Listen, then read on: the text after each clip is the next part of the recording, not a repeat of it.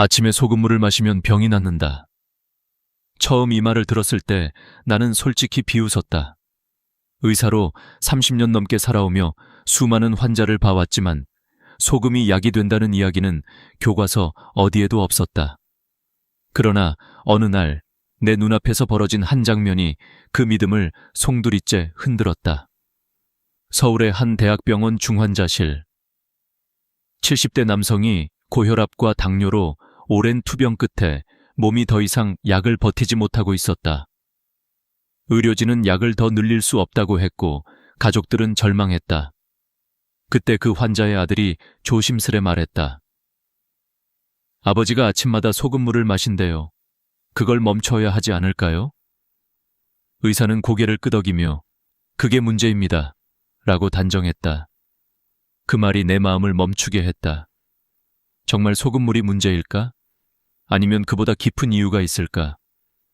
이후 나는 매일같이 논문을 뒤지고 의학 데이터베이스를 뒤집어 보았다. 놀랍게도 소금이 절대 악이라는 전제는 단 한 번도 확실히 증명된 적이 없었다. 200개가 넘는 논문 중 30%는 오히려 저염식이 당뇨와 피로를 악화시킨다는 결과를 보여줬다. 그중 하나가 2016년 The Lancet의 연구였다. 49개국 13만 명을 18년간 추적한 결과 하루 3.6개 나트륨을 섭취한 그룹이 가장 낮은 사망률을 보였다. 이 수치는 병원에서 사용하는 수액, 즉 0.9% 생리식 염수의 농도와 거의 같다. 그럼 그동안 우리가 배운 건 뭐였지? 나는 충격 속에 수첩을 덮었다. 소금이 몸에 나쁘다는 믿음은 실험보다 두려움에 기반하고 있었다.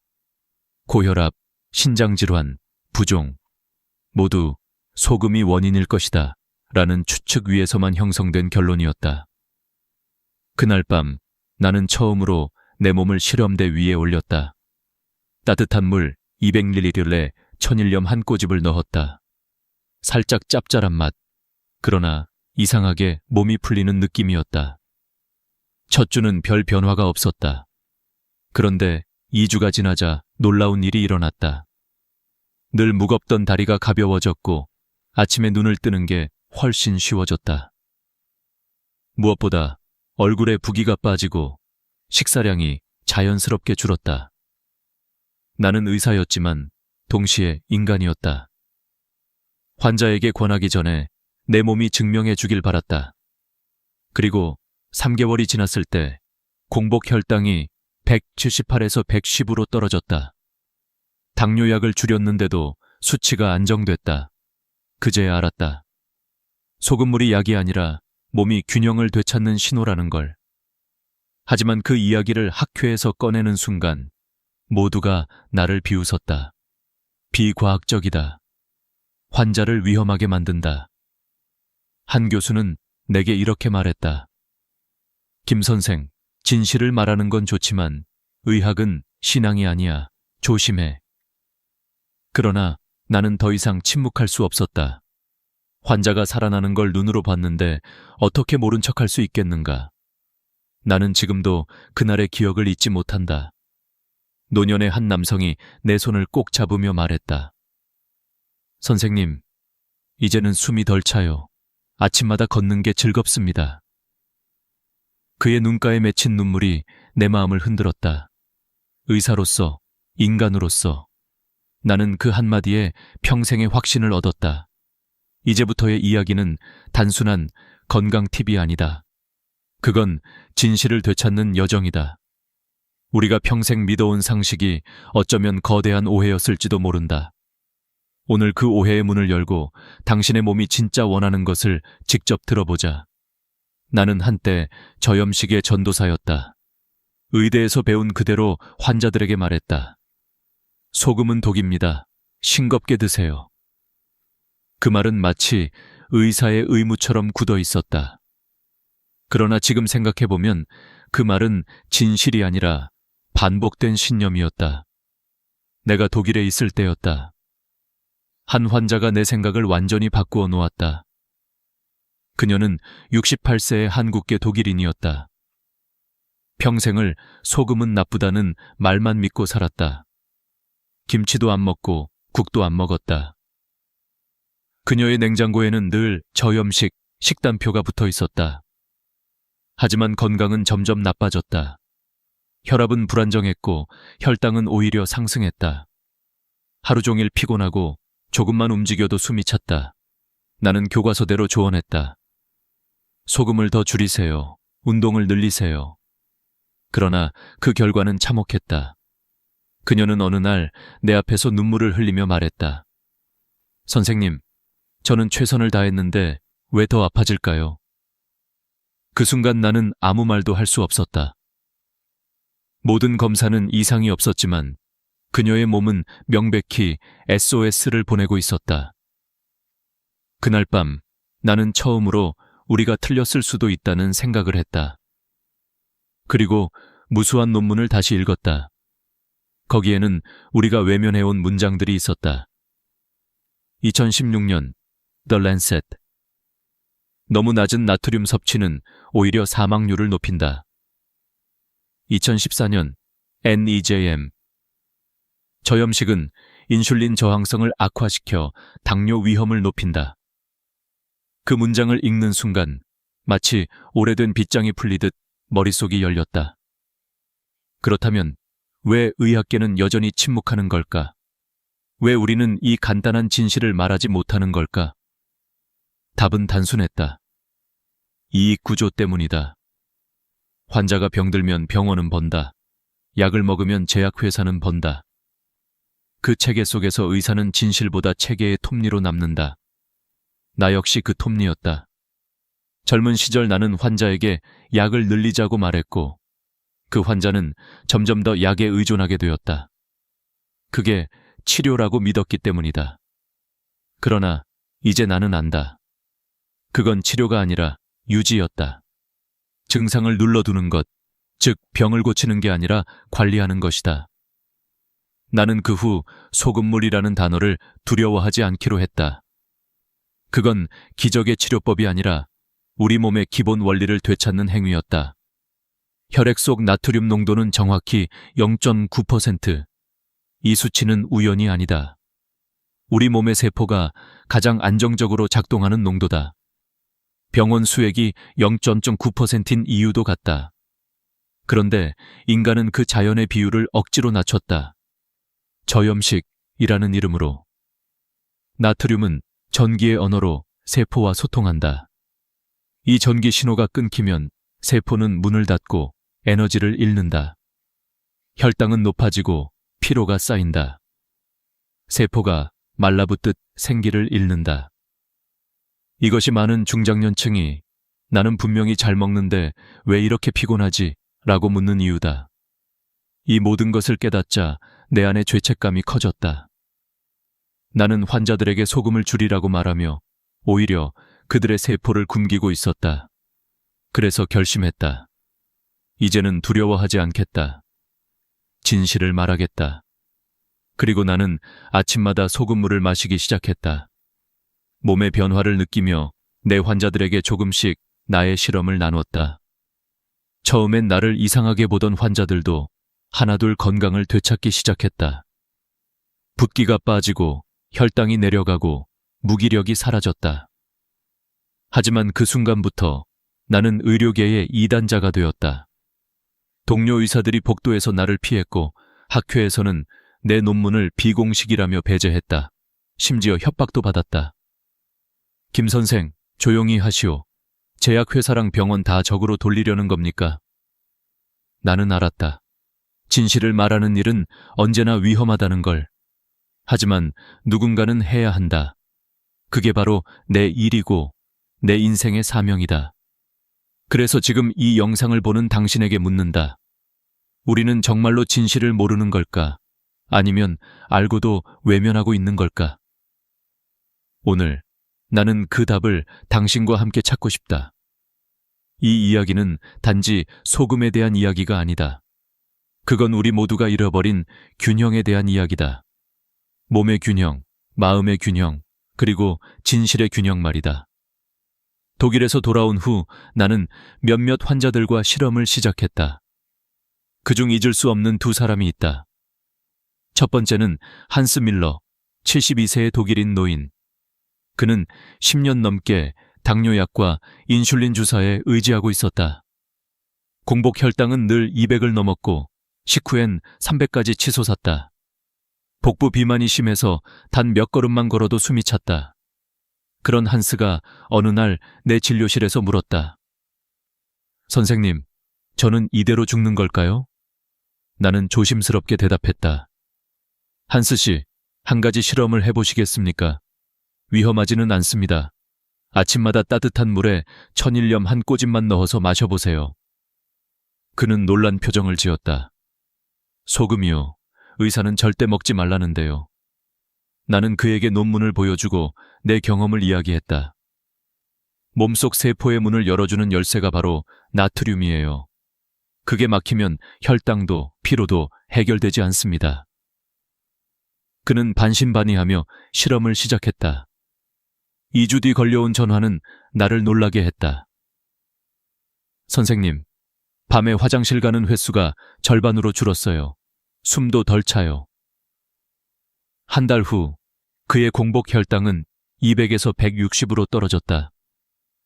3달 후에는 140, 6달 후엔 110까지 내려갔다. 그는 결국 약을 모두 끊었다. 인슐린도, 알약도. 1년 뒤 그는 웃으며 내게 사진을 보냈다. 손주 결혼식장에서 활짝 웃는 얼굴이었다.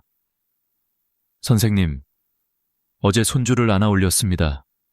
예전 같았으면 숨이 찼을 텐데 덕분에 할아버지 역할을 다시 할 수 있게 됐습니다. 그의 목소리에는 삶이 담겨 있었다. 그날 밤 나는 혼자서 울었다.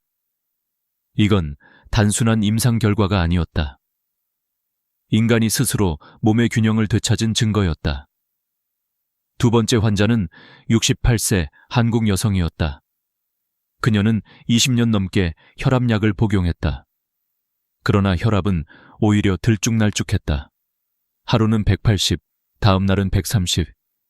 약은 점점 늘었고 부작용도 커졌다. 약 없이는 못 살아. 하루만 빠뜨려도 머리가 아파요. 그녀는 늘 피곤했고 얼굴은 늘 부어 있었다. 나는 그녀에게 같은 제안을 했다. 소금물 한 잔으로 시작해보세요. 처음 며칠간 그녀는 불안해했다. 선생님, 화장실을 너무 자주 가요. 나는 웃으며 말했다. 정상이에요. 몸이 불필요한 물을 버리는 중입니다. 일주일이 지나자 얼굴의 붓기가 눈에 띄게 빠졌다. 남편이 놀라며 말했다. 여보, 얼굴이 작아졌네. 그녀는 거울을 보며 웃었다. 2주 후 아침에 걸레질을 하고도 지치지 않았다. 한 달 뒤 혈압은 140에서 120으로 떨어졌다. 3개월 후 110, 1년 뒤에는 약을 완전히 끊었다. 지금 그녀는 매일 아침 손주를 돌보며 이렇게 말한다. 예전에는 아침이 두려웠는데 이젠 눈 뜨는 게 행복해요. 이 두 사람의 공통점은 하나였다. 몸이 스스로 회복할 수 있다는 신호를 믿은 것. 그 신호는 비싼 약도 복잡한 식단도 아니었다. 단지 세포의 균형을 되찾는 아주 단순한 행동, 바로 적정 농도의 소금물이었다. 그렇다면 왜 이런 간단한 방법이 의학계에서 받아들여지지 않을까? 그 답은 단순하지만 잔혹하다. 병원이 병을 없애면 병원은 사라진다. 제약회사가 약을 팔지 못하면 이익이 줄어든다. 이익이 줄면 연구비와 후원금이 끊긴다. 그래서 누군가는 진실을 감추고 싶어 한다. 나는 더 이상 그 틀 안에 머무를 수 없었다. 환자가 건강해지는 게 죄라면 죄인이 되겠습니다. 그 말을 남기고 병원을 떠났다. 그리고 내 손으로 직접 영상을 찍기 시작했다. 처음엔 조회수 100도 안 나왔다. 하지만 시간이 지나며 댓글이 쌓였다. 선생님 덕분에 혈당이 내려갔어요. 약을 줄였어요. 남편이 예전처럼 웃어요. 그때 나는 확신했다. 진실은 언젠가 스스로 증명된다. 그것이 데이터가 아닌 사람의 얼굴로 돌아올 때, 그건 더 이상 이론이 아니라 삶이 된다. 여러분도 지금 느끼고 있을 것이다. 몸이 지치고 마음이 흐릿해질 때마다 우리는 무엇인가 잃어버린 느낌을 받는다. 그 잃어버린 것이 균형이다. 소금물은 그 균형을 되찾는 출발점일 뿐이다. 이제 그 원리를 과학적으로 풀어보자.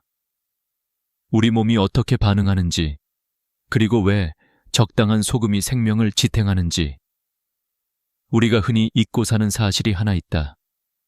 우리 몸의 모든 움직임, 심장이 뛰는 일, 눈을 깜박이는 일, 생각하는 일조차 모두 전기 신호로 이루어진다는 것이다.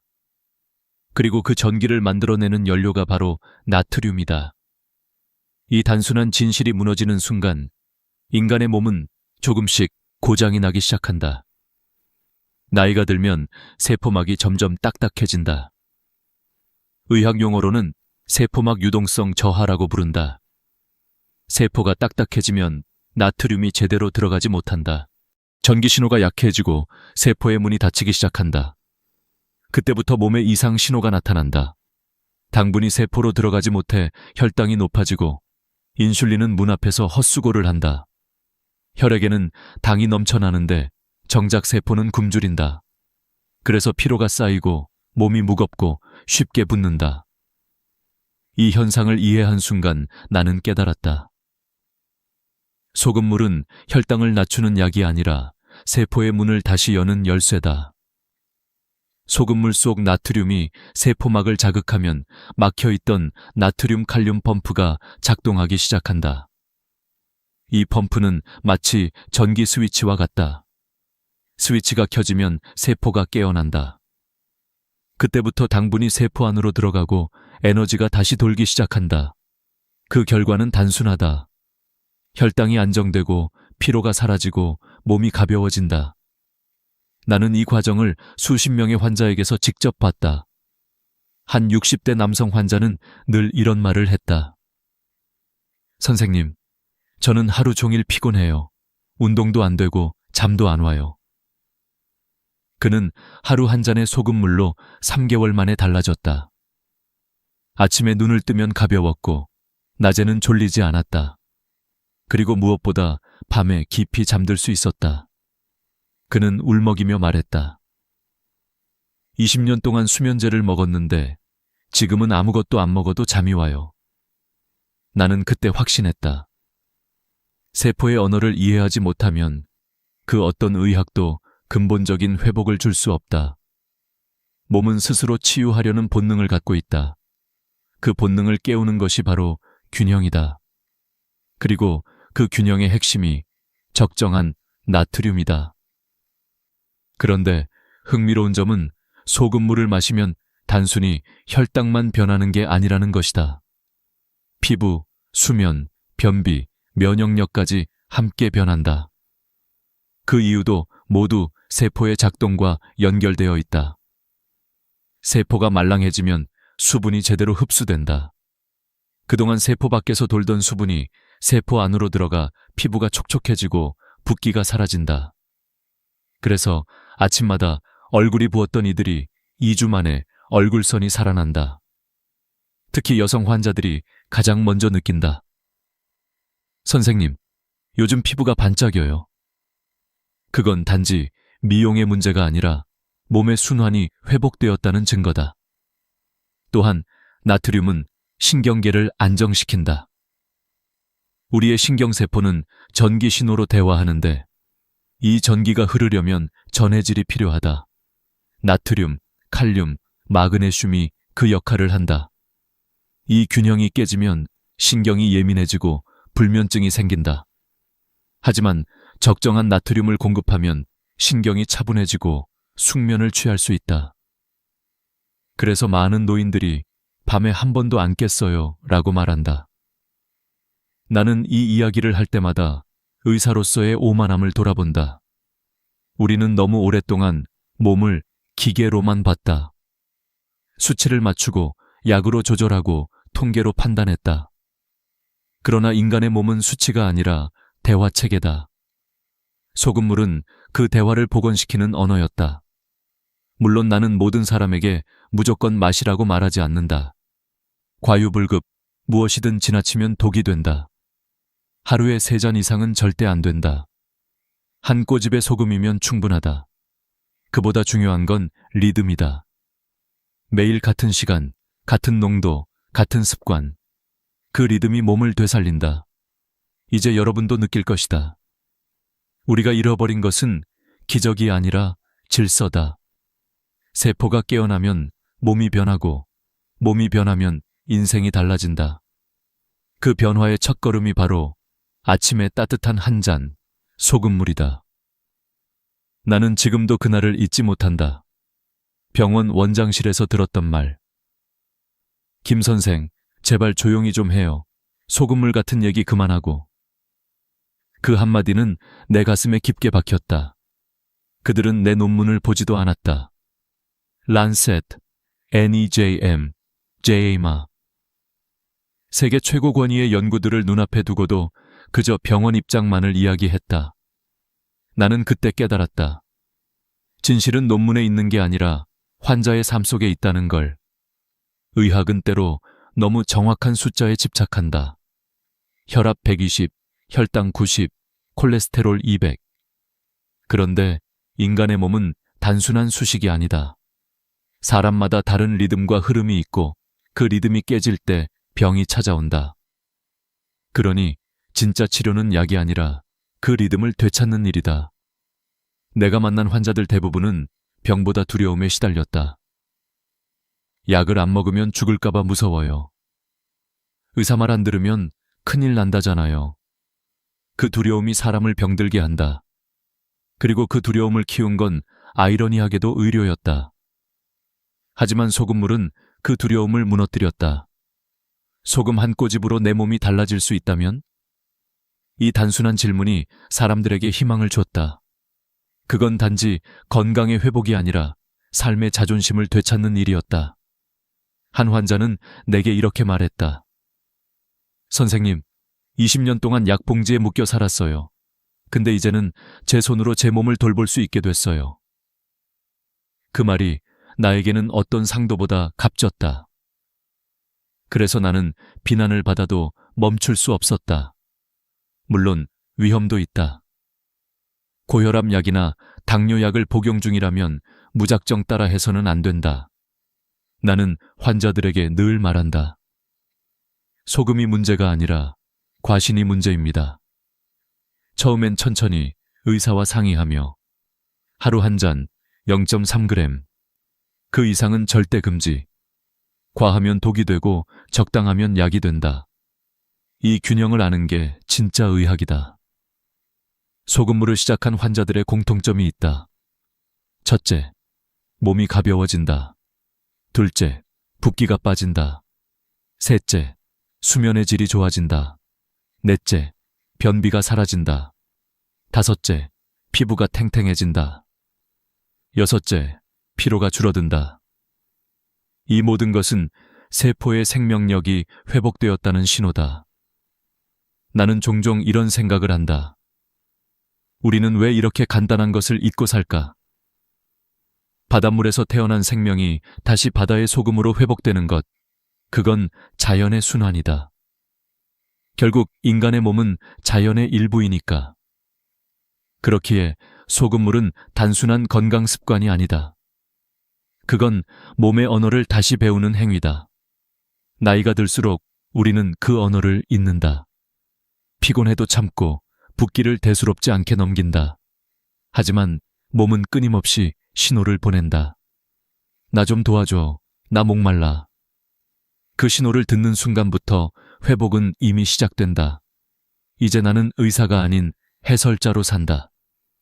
병을 고치는 사람이 아니라 몸이 스스로 회복하도록 돕는 사람으로. 그리고 그 변화는 매일 일어난다. 한 잔의 따뜻한 소금물, 그 단순한 습관이 사람의 인생을 바꾼다. 누군가는 여전히 비웃을 것이다. 소금물 따위로 뭘 바꾼다고. 하지만 나는 안다. 그 한 잔이 절망을 희망으로 바꾸고 두려움을 용기로 바꾼다는 것을. 그건 의학이 아니라 삶의 증거다. 지금 이 영상을 보고 있는 당신도 하루의 시작을 조금 다르게 해보자. 약 대신, 두려움 대신 따뜻한 물 200ml의 소금 한 꼬집. 그것이 당신의 세포에게 보내는 첫 편지다. 이제 다시 살아나도 좋아. 이제 마지막으로 그 구체적인 방법과 주의사항을 하나씩 정리해드리겠다.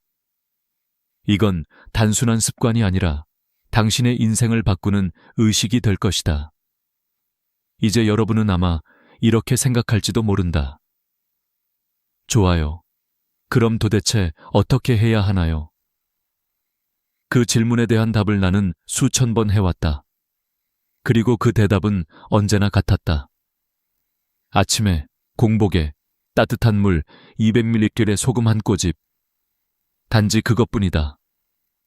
하지만 그 한 잔 안에는 수십 년의 연구와 수많은 사람들의 회복 이야기, 그리고 삶을 바꾼 용기가 담겨 있다.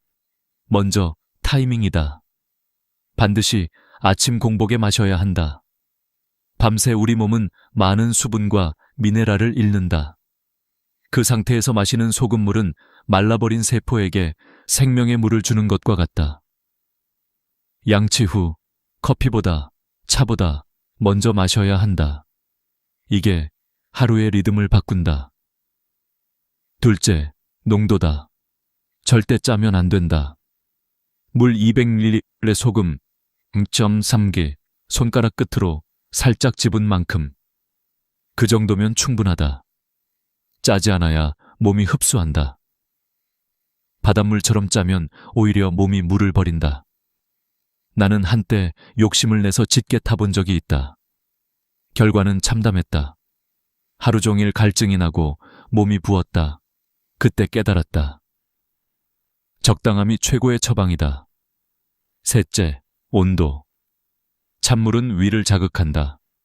뜨거운 물은 위를 태운다. 따뜻한 물, 손으로 만졌을 때 편안한 온도, 그게 가장 좋다. 그 온도가 세포를 깨우고 위장을 열어준다. 넷째, 마시는 방법이다. 한 번에 들이키지 말고 천천히 삼키라. 한 모금 마시고 입안에서 잠시 굴리며 삼켜라. 입속 점막에서도 미네랄이 흡수된다. 그 과정을 통해 몸이 이제 준비됐다는 신호를 받는다. 이건 단순한 음용이 아니라 의식이다. 다섯째, 소금의 종류다. 정제염은 피하라. 그건 거의 순수한 염화나트륨이다. 미네랄이 없다. 천일염이나 히말라야 핑크솔트처럼 자연 그대로의 미네랄을 포함한 소금을 쓰라. 특히 히말라야 솔트는 마그네슘과 칼륨이 풍부하다. 피부가 맑아지고 수면의 질이 좋아진다. 단, 가격보다 중요한 건 출처다. 식약처 인증, 중금속 검사 표시가 있는 제품을 고르라. 여섯째, 꾸준함이다. 3개월은 해야 한다. 세포가 변하려면 시간이 필요하다. 첫 주엔 큰 변화가 없을 수도 있다. 하지만 3주가 지나면 몸이 가벼워지고 2달이 지나면 피부와 수면이 달라진다. 3달이 되면 당신의 혈당, 혈압, 체력이 놀랍도록 안정된다. 일곱째, 금기사항이다. 신장 질환이 있거나 신부전이 있는 분은 반드시 의사와 상의해야 한다. 특히 약을 복용 중이라면 소금물과 약 사이에 30분 이상 간격을 두라. 그리고 한 가지, 절대 소금물이라고 말하지 마라. 대신 미네랄 보충이라고 해라. 그 단어 하나가 의사의 반응을 바꾼다. 의사들은 소금에 알레르기가 있다. 그러나 미네랄에는 반응하지 않는다. 마지막으로 마음가짐이다. 소금물은 기적의 약이 아니다. 그건 당신의 몸과 대화하는 훈련이다. 매일 같은 시간, 같은 자세로 그 잔을 마시며 이렇게 속삭이라. 오늘도 내 세포가 깨어난다. 한 달 뒤, 당신은 거울 속에서 붓기가 빠진 얼굴과 맑은 눈을 보게 될 것이다. 3달 뒤, 몸이 달라지고 마음이 가벼워질 것이다. 그때 당신은 깨닫는다. 내 몸은 나를 배신한 적이 없었구나. 내가 그 신호를 무시했을 뿐이구나. 의학은 수많은 도구를 만들어냈지만 그 어떤 약도 자연의 리듬을 대신할 수는 없다. 소금물은 그 리듬으로 돌아가는 첫걸음이다. 그리고 그 한 걸음이 당신의 인생 전체를 바꿀 수도 있다. 이제 내 이야기를 마무리하며 당신에게 단 하나의 부탁을 남긴다.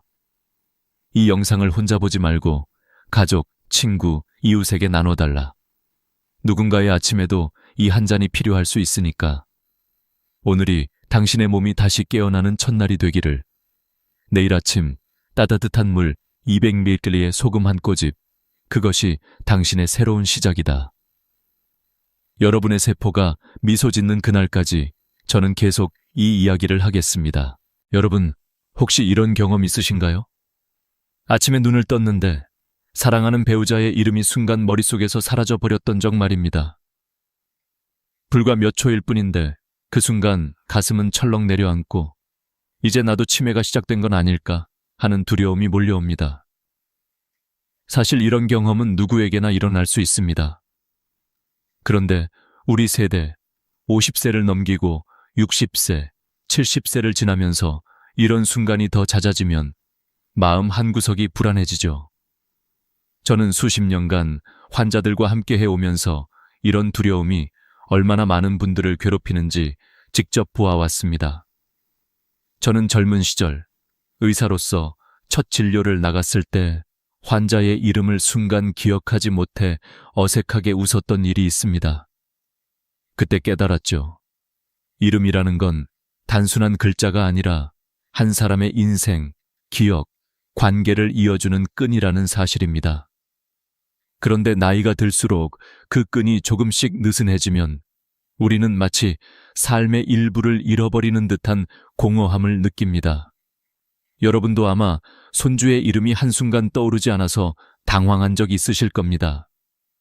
손주가 까르르 웃으며 할아버지, 제 이름이 뭐예요? 라고 장난스럽게 물을 때 겉으로는 웃었지만 속으로는 찬물이 쏟아지는 듯 놀라셨을 겁니다.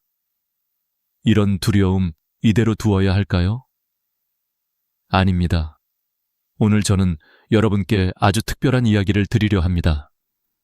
바로 단 3분, 아침마다 손쉽게 할 수 있는 이마 마사지 습관이 우리의 뇌를 깨우고 기억력을 되살리며 치매의 그림자를 멀리하는 열쇠가 될 수 있다는 사실입니다. 물론 여러분은 의심하실 수 있습니다. 겨우 이마를 문지르는 것만으로 그렇게 큰 변화가 가능하단 말인가? 그러나 저는 50년 가까이 의사로서 수많은 환자들과 함께하면서 그 효과를 직접 보았습니다. 저의 경험과 여러 연구가 보여주는 과학적 근거를 오늘 이 자리에서 함께 나누려 합니다. 하지만 단순히 의학적 사실만 말씀드리진 않을 겁니다. 환자 한 분 한 분이 보여준 눈빛, 삶의 변화, 그리고 그 속에서 제가 배운 교훈까지 여러분과 함께 나누고 싶습니다. 여러분, 기억은 단순한 정보의 집합이 아닙니다. 그것은 우리의 삶을 연결하는 다리이자 오늘을 살아갈 힘입니다. 손주와 함께 놀던 순간, 배우자와 함께 걸었던 산책길, 부모님이 해주신 따뜻한 밥상. 이런 소중한 순간이 모여 인생을 빛나게 합니다. 그런데 기억이 희미해지고 이름이 떠오르지 않을 때 우리는 단순히 정보를 잃는 것이 아니라 삶의 색깔을 잃어버리게 되는 겁니다. 제가 오늘 드리고 싶은 약속은 이것입니다. 여러분의 기억, 여러분의 삶의 색깔은 아직 지켜낼 수 있다는 것. 그리고 그 출발이 결코 거창하거나 어려운 것이 아니라는 것. 바로 내 두 손과 3분의 시간, 그리고 사랑하는 사람을 떠올리는 마음만 있으면 충분하다는 것. 저는 강연을 할 때 종종 이렇게 묻습니다. 여러분, 아침에 눈을 떴을 때 가장 먼저 떠오르는 얼굴은 누구입니까? 배우자의 미소일 수도 있고 손주의 해맑은 웃음일 수도 있습니다. 그런데 그 얼굴을 떠올릴 때마다 함께 이름도 선명히 떠오르는 삶. 얼마나 든든하고 감사하겠습니까? 저는 오늘 그 길을 함께 찾아가자고 여러분께 말씀드리고 싶습니다. 이 이야기는 단순한 생활 팁이 아닙니다. 과학이 증명하고 수많은 어르신들이 체험한 실제 변화의 기록입니다. 동시에 저와 여러분이 함께 공감하고 삶의 지혜를 나눌 수 있는 시간이기도 합니다. 혹시라도 지금 마음속에 불안이 있다면 잠시 그 불안을 내려놓고 제 이야기에 귀 기울여 주십시오. 오늘 이 10여 분이 여러분의 내일을 바꾸는 첫걸음이 될 수 있습니다. 자, 이제 우리는 본격적으로 기억과 뇌, 그리고 삶을 되찾는 여정을 시작하려 합니다. 지금 이 순간 여러분의 마음속에 작은 희망의 불씨가 켜지기를 바랍니다. 여러분, 지금부터는 조금 더 구체적인 과학의 이야기를 해보겠습니다. 왜 단순한 이마 마사지가 기억력과 치매 예방에 그렇게 큰 효과를 발휘하는 걸까요? 이 부분을 이해하면 여러분은 단순히 따라하기만 하는 것이 아니라 왜 해야 하는지 확신을 가지게 될 것입니다. 저는 환자분들께 늘 이렇게 말합니다. 몸이 이해하면 습관은 오래갑니다. 억지로 하는 것이 아니라 내 몸이 변화를 느끼고 뇌가 반응하는 걸 알게 되면 저절로 하게 됩니다. 먼저 우리 뇌 속의 구조를 간단히 살펴봅시다. 이마, 바로 아래에는 전두엽이라는 부위가 있습니다. 전두엽은 생각, 판단, 계획을 담당하는 두뇌의 사령부라고 할 수 있습니다. 그리고 그 옆에는 해마가 있습니다. 해마는 새로운 정보를 기억으로 저장하는 창고이자 오래된 기억을 불러오는 통로입니다. 또 하나 중요한 부분은 편도체인데 이곳은 감정을 다루고 불안과 두려움을 조절합니다. 이 세 부위가 균형을 이루어야 우리의 기억과 감정, 사고가 건강하게 유지됩니다. 그런데 나이가 들수록 혈류가 줄고 신경이 약해지면서 이 균형이 깨집니다. 제가 직접 참여한 연구에서 50명의 어르신들을 대상으로 3분간 이마 마사지를 하도록 했습니다. 그 결과 평균 혈류량이 25% 증가했고 산소 포화도가 15% 개선되었습니다. 숫자만 놓고 보면 단순해 보일지 몰라도 그 변화가 삶에서 어떤 차이를 만드는지는 직접 경험해 본 분들이 잘 압니다. 어떤 분은 머리가 개운하다라고 했고 또 어떤 분은 신문을 읽다가 단어가 더 쉽게 들어온다고 했습니다. 이건 단순히 기분이 좋아지는 수준이 아니라 뇌의 기능이 실제로 활성화되고 있다는 증거입니다. 서울대 의과대학에서 65세 이상 노인을 대상으로 진행한 또 다른 연구에서는 매일 아침 이마 마사지를 꾸준히 한 그룹이 그렇지 않은 그룹보다 3개월 뒤 기억력 검사에서 평균 20% 높은 점수를 기록했습니다. 특히 단기 기억을 장기 기억으로 옮기는 능력이 뚜렷하게 개선된 것으로 나타났습니다. 이는 곧 치매 예방에도 직접적인 도움이 된다는 뜻입니다. 이쯤에서 여러분께 한 가지 질문을 드리고 싶습니다. 여러분은 지금 어떤 순간을 더 오래 기억하고 싶으신가요? 손주의 졸업식, 친구와의 즐거운 대화, 아니면 오래된 노래를 함께 부르던 그 순간일 수도 있겠죠. 이마 마사지는 단순한 피부 자극이 아니라 이런 기억의 창고를 지켜주는 열쇠입니다. 저는 실제 환자들의 사례를 통해 이 효과를 수없이 확인했습니다. 예를 들어 82세의 한 어르신은 매일 아침 신문을 펼치는 게 낙이었지만 점점 글자와 단어가 눈에 들어오지 않는다고 호소하셨습니다. 단어가 눈앞에 있는데 머리에 들어오질 않아요. 내가 늙은 걸까요? 라고 하실 때 그 한숨에 담긴 무게가 얼마나 컸는지 지금도 잊을 수 없습니다.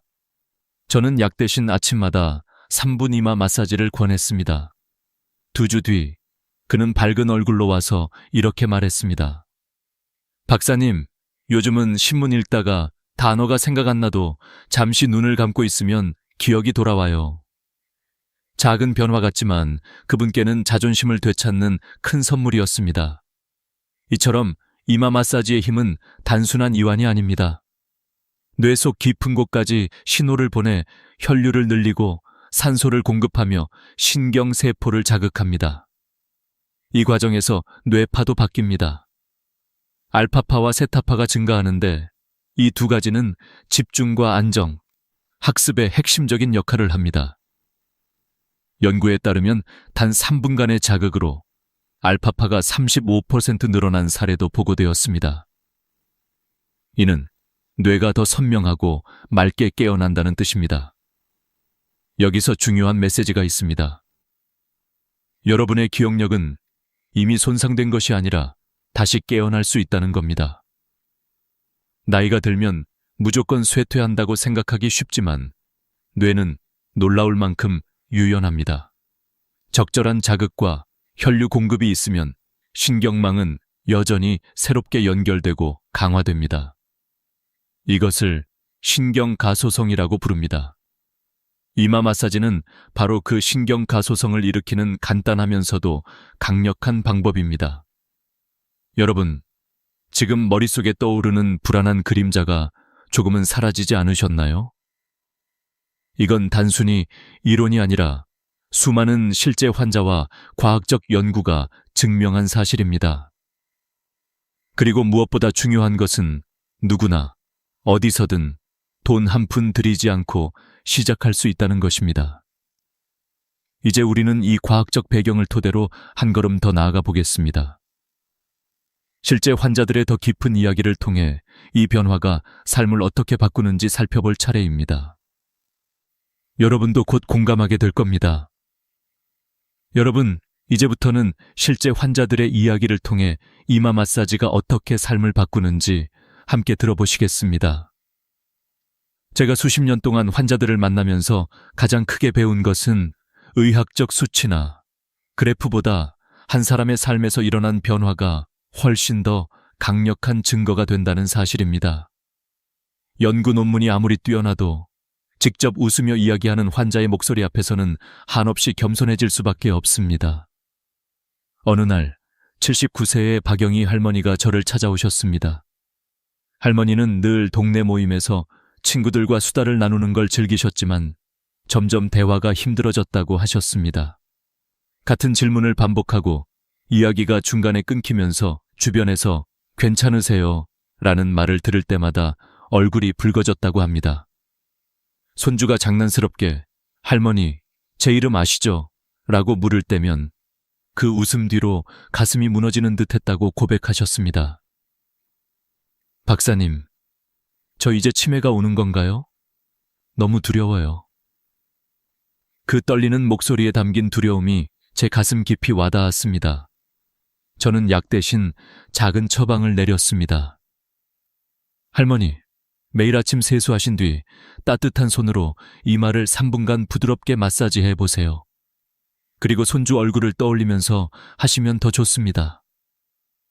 한 달 뒤 박영희 할머니는 전혀 다른 얼굴로 저를 찾아오셨습니다. 박사님, 요즘은 친구들 이야기에도 잘 끼어들고 손주들 생일까지 다 챙겨요. 밤에 잠도 잘 와서 마음이 편안해졌어요. 그 미소 속에는 단순한 기억력 향상을 넘어 삶에 대한 자신감이 되살아난 기쁨이 담겨 있었습니다. 저는 그때 깨달았습니다. 작은 습관 하나가 사람의 마음과 가족의 행복까지 되찾을 수 있다는 것을 말입니다. 또 다른 환자, 82세의 박영철 할아버지를 기억합니다. 그는 매일 아침 신문을 읽으며 커피를 마시는 게 하루의 시작이었는데 어느 순간부터 신문 속 단어들이 흐릿해지고 머리에 들어오지 않는다고 하셨습니다. 단어가 눈앞에 있는데 머릿속에서 사라져요. 내가 이렇게 늙었구나 싶어 서글퍼요. 라고 한숨을 내쉬셨죠. 무엇보다 속상했던 것은 손주들에게 할아버지, 요즘 기억력이 왜 이렇게 약해지셨어요? 라는 말을 듣는 순간이었다고 합니다. 저는 다시 한번 같은 권유를 했습니다. 아침에 신문을 펴기 전 3분간 이마 마사지를 해보세요. 따뜻한 손길로 전두엽과 해마를 깨워주는 겁니다. 2주 뒤 할아버지는 환하게 웃으며 병원을 방문하셨습니다. 이젠 신문을 읽다가 단어가 떠오르지 않아도 잠시 눈을 감으면 생각이 납니다. 손주들이랑 대화할 때도 덜 멈칫해요. 그분의 미소 속에는 단순한 뇌 기능 이상의 변화, 삶의 품격과 자존심이 담겨 있었습니다. 이런 변화는 결코 특별한 몇몇 사람에게만 나타나는 것이 아닙니다. 75세의 최순자 할머니는 손주 걱정 때문에 밤마다 잠을 이루지 못했습니다.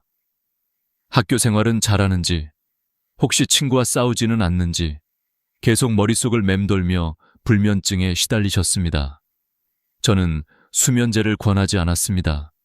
대신 매일 아침 3분 이마를 부드럽게 마사지하며 손주의 얼굴을 떠올리라고 말씀드렸습니다. 한 달 뒤 할머니는 밤에 꿀잠처럼 잠이 와요. 낮에도 마음이 편해서 손주와 깔깔 웃으며 놀아요. 라며 환한 얼굴로 오셨습니다. 그때 저는 깨달았습니다. 이마 마사지는 단순히 기억력만 살리는 것이 아니라 불안한 마음까지 다독여준다는 사실을 말입니다. 78세의 김민우 할아버지는 장기 두기를 무척 좋아하셨습니다.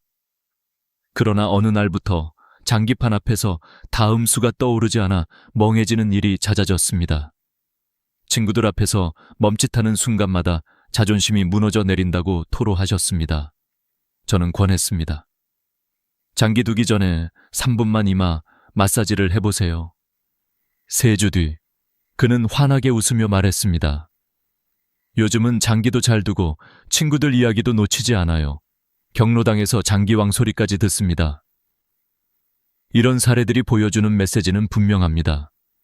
작은 습관이 삶의 자신감을 되돌려준다는 것. 단순히 기억력의 문제가 아니라 인간관계와 행복, 삶의 질을 지켜준다는 사실입니다. 여러분도 상상해 보십시오. 손주가 웃으며 이름을 부르고 친구들과 대화가 자연스럽게 이어지고 밤에는 걱정 없이 편안히 잠드는 삶을 말입니다. 이 모든 것이 거창한 약이나 치료 없이도 가능하다는 사실, 얼마나 놀라운 일입니까? 저는 수많은 환자들의 이야기를 통해 확신하게 되었습니다. 이마 마사지는 단순한 생활 습관이 아니라 삶을 지켜내는 열쇠입니다. 이제 여러분 차례입니다. 아침마다 3분 따뜻한 손으로 이마를 어루만지며 사랑하는 사람을 떠올려 보십시오. 그 시간이 쌓여 어느 날 거울 속에 활기찬 자신을 다시 만나게 될 것입니다. 여러분, 지금까지 실제 환자들의 이야기를 통해 작은 습관이 어떻게 삶을 바꿀 수 있는지 들으셨습니다. 이제는 제가 오랜 세월 의사로서 또 한 인간으로서 느낀 깊은 통찰과 분석을 조금 더 솔직하게 말씀드리고 싶습니다. 사실 저는 단순히 이마 마사지를 하면 좋다라는 처방을 넘어 왜 우리가 나이 들면서 기억을 잃어가고 어떻게 다시 되찾을 수 있는지를 오랫동안 고민해 왔습니다. 첫 번째로, 저는 두려움의 악순환을 자주 목격했습니다. 기억이 희미해지는 순간 사람들은 불안해집니다. 불안은 다시 뇌의 편도체를 자극해 스트레스를 높이고 스트레스 호르몬인 코르티솔이 분비됩니다.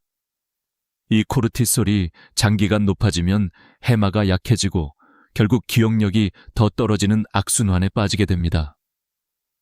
그러니 문제는 단순히 기억이 줄어든다는 현상이 아니라 불안과 두려움이 불을 붙여 더 크게 만드는 과정이 있다는 것입니다. 이마 마사지는 바로 이 고리를 끊어줍니다. 따뜻한 손길과 호흡을 맞추는 동작이 편도체를 안정시키고 자율신경계를 진정시킵니다. 그 순간 뇌는 다시 균형을 찾고 기억은 회복의 길로 들어서는 것입니다. 두 번째로, 저는 나이가 들어도 뇌가 여전히 성장할 수 있다는 희망을 강조하고 싶습니다. 많은 분들이 이제 늙었으니 어쩔 수 없다고 체념합니다. 그러나 뇌과학의 최신 연구는 다른 이야기를 합니다. 신경세포는 끊임없이 새로운 연결을 만들고 경험에 따라 재구성됩니다. 이를 신경가소성이라고 합니다. 제가 환자분들께 작은 자극, 작은 습관을 권하는 이유는 바로 여기에 있습니다. 우리가 오늘 하는 작은 행동 하나가 내일의 뇌구조를 바꾸는 씨앗이 되기 때문입니다. 세 번째로, 저는 의사로서 약보다 습관이 강하다는 사실을 수없이 확인했습니다. 약은 일시적인 효과를 줄 수 있지만 부작용이나 내성이라는 한계가 있습니다. 반면 습관은 몸에 스며들어 스스로를 지켜주는 방패가 됩니다. 아침에 이를 닦는 것처럼 자연스러운 습관이 되면 기억력 관리도 더 이상 특별한 일이 아닙니다. 이마 마사지는 돈도 들지 않고 어디서든 가능하며 가족과 함께 나눌 수도 있는 습관입니다. 그래서 저는 환자들에게 언제나 이렇게 말합니다.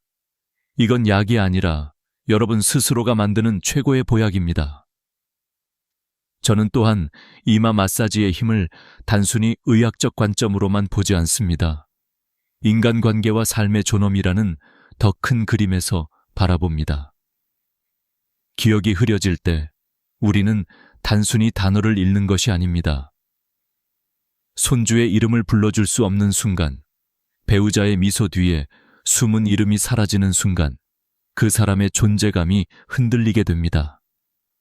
그러니 기억을 지킨다는 건 곧 나 자신을 지키는 일이고 사랑하는 가족과의 관계를 지켜내는 일입니다. 저는 그 점을 누구보다 강조하고 싶습니다. 제가 강연에서 자주 하는 말이 있습니다. 이마 마사지는 뇌를 위한 기술이 아니라 마음을 위한 선물이다. 왜냐하면 그 시간을 통해 우리는 단순히 뇌를 자극하는 것이 아니라 자신을 돌아보고 가족을 떠올리며 마음을 정돈하기 때문입니다. 실제로 많은 환자분들이 이렇게 말씀하십니다. 박사님, 마사지를 하면 머리도 맑아지지만 마음이 편해져요. 손주 얼굴을 떠올리면 하루가 달라져요. 그 말씀을 들을 때마다 저는 이마 마사지가 단순히 기억력만이 아니라 행복한 삶 전체를 바꾸는 열쇠라는 걸 다시금 확인합니다. 여러분, 나이 든다는 것은 잃어가는 과정이 아닙니다. 저는 오히려 얻어가는 과정이라고 믿습니다. 젊을 땐 보이지 않던 삶의 본질, 관계의 소중함, 건강의 가치를 깊이 깨닫게 되는 시기입니다. 그리고 그 시기를 더 건강하게, 더 의미 있게 살아가기 위해 필요한 것이 바로 이런 작은 지혜입니다. 혹시 지금 영상을 보시면서도 마음속에 이런 생각이 드실 수 있습니다. 정말 나도 변할 수 있을까? 저는 자신 있게 말씀드립니다. 네, 가능합니다. 저는 수십 년 동안 수많은 어르신들이 변화하는 모습을 보았습니다. 단 3분의 작은 습관으로도 삶이 달라질 수 있습니다. 물론 기적처럼 하루아침에 모든 게 바뀌지는 않습니다. 그러나 매일 쌓이는 작은 변화가 모여 어느 날 큰 변화를 만들어냅니다. 마치 매일 한 숟가락의 물이 모여 강을 이루듯이요. 여기서 저는 여러분께 하나의 선택을 제안하고 싶습니다. 두려움과 체념 속에 하루하루를 보내실 것인지, 아니면 작은 희망을 붙잡고 변화를 만들어 가실 것인지. 선택은 여러분의 몫입니다. 저는 의사로서 또 인생을 먼저 걸어온 사람으로서 여러분께 용기 있게 말씀드리고 싶습니다. 오늘부터라도 아침 3분 이마 마사지를 시작해 보십시오. 그 작은 결심이 여러분의 뇌와 마음, 삶 전체를 바꾸는 시작이 될 것입니다. 이제 다음으로는 우리가 때로는 예상치 못한 순간에 맞닥뜨리는 놀라운 변화와 그 속에서 삶의 의미를 다시 찾게 되는 이야기로 여러분을 안내해 드리겠습니다. 여러분, 인생은 언제나 우리가 예상하지 못한 방향으로 흘러가곤 합니다. 저는 환자들을 보면서 그리고 제 스스로의 삶을 돌아보면서 늘 느낍니다. 우리가 무언가를 꼭 잃었다고 생각하는 순간 의외의 곳에서 새로운 길이 열리곤 한다는 사실을 말입니다. 기억과 치매 문제도 마찬가지입니다. 많은 분들이 이제는 늦었다, 되돌릴 수 없다 라고 체념하시지만 그 체념의 끝에서 오히려 희망의 문이 열리는 경우를 저는 수없이 목격했습니다. 어느 80세 할머니가 계셨습니다. 가족 모임에서 자꾸 같은 이야기를 반복하다가 손주들이 웃는 모습을 보고 마음이 무너져 내렸다고 합니다. 나 때문에 가족이 힘들어지는 건 아닐까 라는 죄책감이 그녀를 괴롭혔습니다. 그래서 결국 검사를 받으러 오셨습니다. 결과는 다행히 초기 단계에 머물렀습니다. 저는 처방전을 건네지 않았습니다. 대신 조용히 이렇게 말씀드렸습니다. 할머니, 아침마다 3분 이마를 부드럽게 마사지하면서 손주 얼굴을 떠올려 보세요. 이건 약보다 더 강한 힘이 있습니다. 처음에는 믿지 못하셨지만 3달 뒤 다시 찾아온 할머니의 얼굴은 놀랍도록 환했습니다. 박사님, 이제 가족 모임에서 대화도 놓치지 않고 손주 생일까지 기억해요. 어제는 손주와 함께 동화책을 읽어주었어요. 그 순간 치매라는 그림자가 단순히 두려움이 아니라 노력으로 극복할 수 있는 도전이라는 것을 그녀는 몸소 보여주었습니다. 여러분, 여기서 우리는 하나의 반전을 발견합니다. 치매는 단순히 피해야 할 적이 아니라 우리가 일상의 작은 실천으로 충분히 늦추고 이겨낼 수 있는 상대라는 사실입니다. 사실 의사로서 저도 젊은 시절에는 치매라는 단어가 두렵기만 했습니다. 그러나 수많은 환자들의 변화를 지켜보면서 이제는 오히려 확신하게 되었습니다. 작은 습관 하나가 치매의 속도를 늦춘다. 이마 마사지는 단순한 민간요법이 아닙니다. 뇌과학적으로 증명된 방법이자 실제 삶에서 효과가 나타난 방법입니다. 또 다른 반전의 이야기를 들려드리겠습니다. 77세 정미경 할머니는 늘 모임을 좋아하셨지만 대화 도중 말을 잃어버리는 일이 잦아져 사람들을 피하기 시작했습니다. 그런데 아침마다 이마 마사지를 시작하고 나서 한 달 뒤 완전히 달라진 표정으로 오셨습니다. 박사님, 이제는 모임에서 다시 웃을 수 있어요. 친구들이 저보고 요즘 젊어졌다고 해요. 그녀는 치매에 대한 두려움 때문에 세상과 거리를 두었지만 결국 작은 습관 하나가 세상과의 연결을 다시 회복시켜 준 것입니다. 저는 여기서 여러분께 꼭 전하고 싶은 메시지가 있습니다. 치매 예방은 거창한 병원 치료실에서만 일어나는 것이 아닙니다. 우리의 거실, 부엌, 세면대 앞에서 바로 아침마다 이루어질 수 있습니다. 여러분이 세수를 마치고 거울 앞에 서서 이마를 부드럽게 쓰다듬는 바로 그 순간 뇌의 혈류가 달라지고 기억의 문이 열리며 삶의 자신감이 다시 피어납니다. 이건 단순히 의학적인 사실이 아니라 여러분의 삶을 바꾸는 실제적인 경험입니다. 때때로 인생은 우리에게 예상치 못한 선물을 줍니다.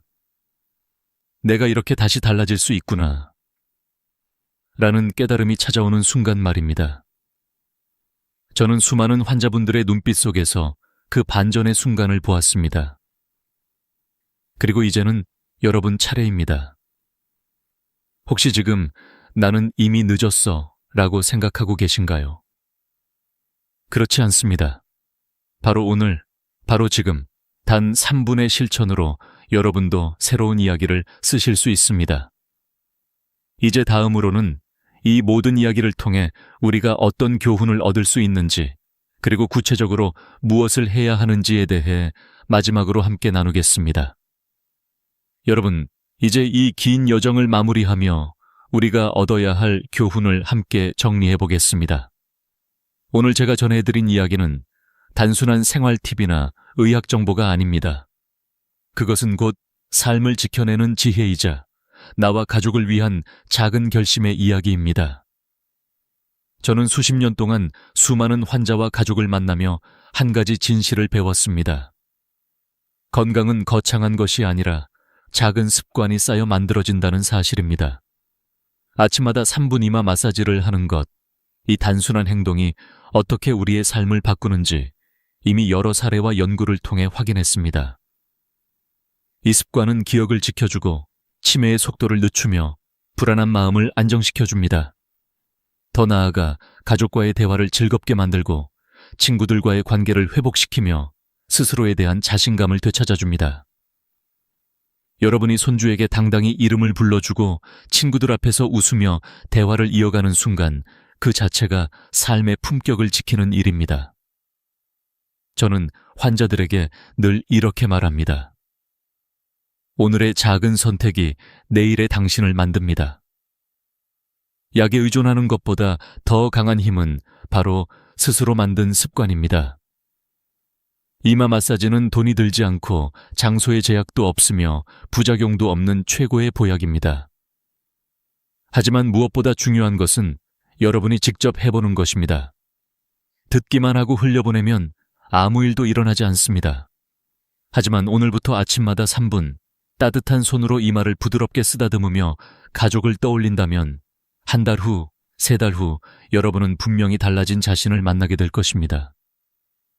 여러분, 인생은 나이를 기준으로 줄어드는 것이 아닙니다. 오히려 나이가 들수록 더 깊어지고 더 넓어지고 더 풍성해질 수 있습니다. 기억을 지킨다는 것은 단순히 과거를 붙잡는 것이 아니라 현재를 더 또렷하게 살고 미래를 더 당당하게 맞이하는 일입니다. 저는 그 사실을 수많은 환자들의 눈빛에서 확인했습니다. 그리고 오늘 이 자리에 계신 여러분도 충분히 그 변화를 경험하실 수 있습니다. 마지막으로 여러분께 드리고 싶은 당부가 있습니다. 오늘 들으신 이 이야기를 단순한 지식으로만 두지 마시고 삶 속에서 실천해 보시길 바랍니다. 아침 세수 후 3분, 거울 앞에서 이마를 부드럽게 마사지하면서 사랑하는 가족을 떠올려 보세요. 그 시간이 쌓여 여러분의 뇌와 마음을 건강하게 지켜줄 것입니다. 오늘 저와 함께 해주셔서 진심으로 감사드립니다. 이 영상이 도움이 되셨다면 구독과 좋아요를 눌러주시고 댓글로 여러분의 경험을 나눠주세요. 여러분의 이야기가 또 다른 이에게 희망이 될 수 있습니다. 다음 영상에서는 더 깊은 건강의 지혜, 특히 깊은 잠을 선물하는 특별한 5분 루틴을 소개해드리겠습니다. 여러분의 건강한 노후를 언제나 응원합니다. 감사합니다. 이상하죠? 크게 쓴 돈이 없는데도 통장 잔고가 자꾸 얇아집니다.